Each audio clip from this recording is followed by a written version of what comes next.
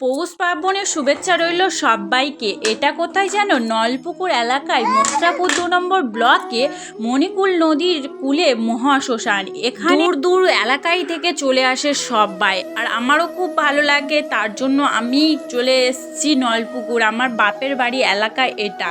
তার জন্য দেখো জমজমাট মেলা হয়। পৌষ সংক্রান্তির মেলা বলেই তো মেলা, ঠিক আছে, বিষ্ণুপুরের মেলারই মতন, তবে অত বড় মেলা তো এখানে তার চেয়ে ছোটো। তাও আমাদের কাছে যেন মনে হয় যে এটাই আমাদের বড় মেলা।